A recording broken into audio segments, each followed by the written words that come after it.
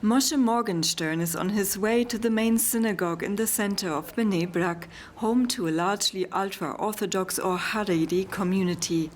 The synagogue is closed because of the pandemic. People have to pray outside.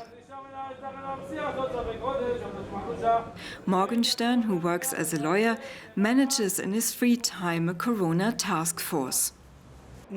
There's a stigma in the general public against the ultra-orthodox and against Bnei Brak.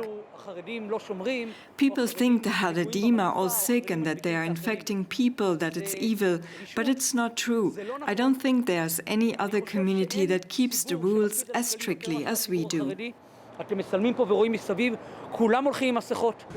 Over 2,400 residents are currently infected with COVID-19, and there are new cases every day. Bnei Brak is one of the most densely populated cities in Israel. We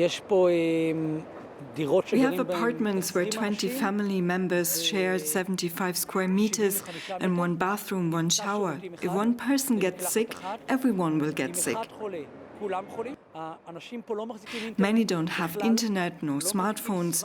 They can't get information online, but there's information on billboards.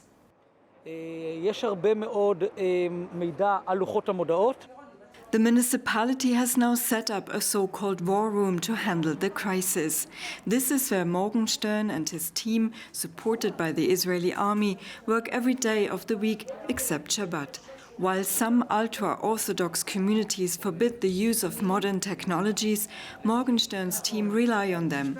Every neighborhood is monitored to help isolate people who have tested positive for the virus.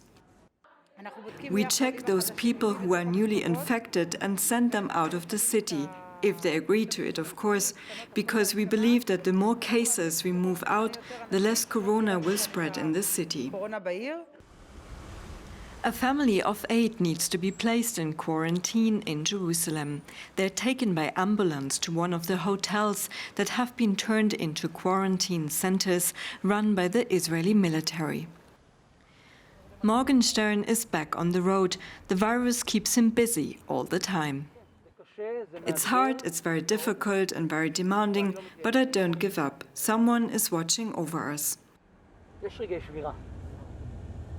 Bnei Brak is taking up the task to keep the virus from spreading further, just like the rest of the country, which is in the midst of a second wave of the pandemic. Let's take a look now at the latest developments in the coronavirus pandemic. Mexico has overtaken Britain to have the world's 3rd highest death toll, behind Brazil and the US. Mexican officials have recorded almost 47,000 fatalities. British Prime Minister Boris Johnson says he's putting the brakes on easing lockdown measures and will instead be imposing new restrictions. That's after a new spike in coronavirus infections in the UK. And Germany has added 3 northern Spanish regions to its list of high-risk destinations. Anyone arriving from those Spanish regions will have to produce a negative virus test or go into quarantine for 2 weeks.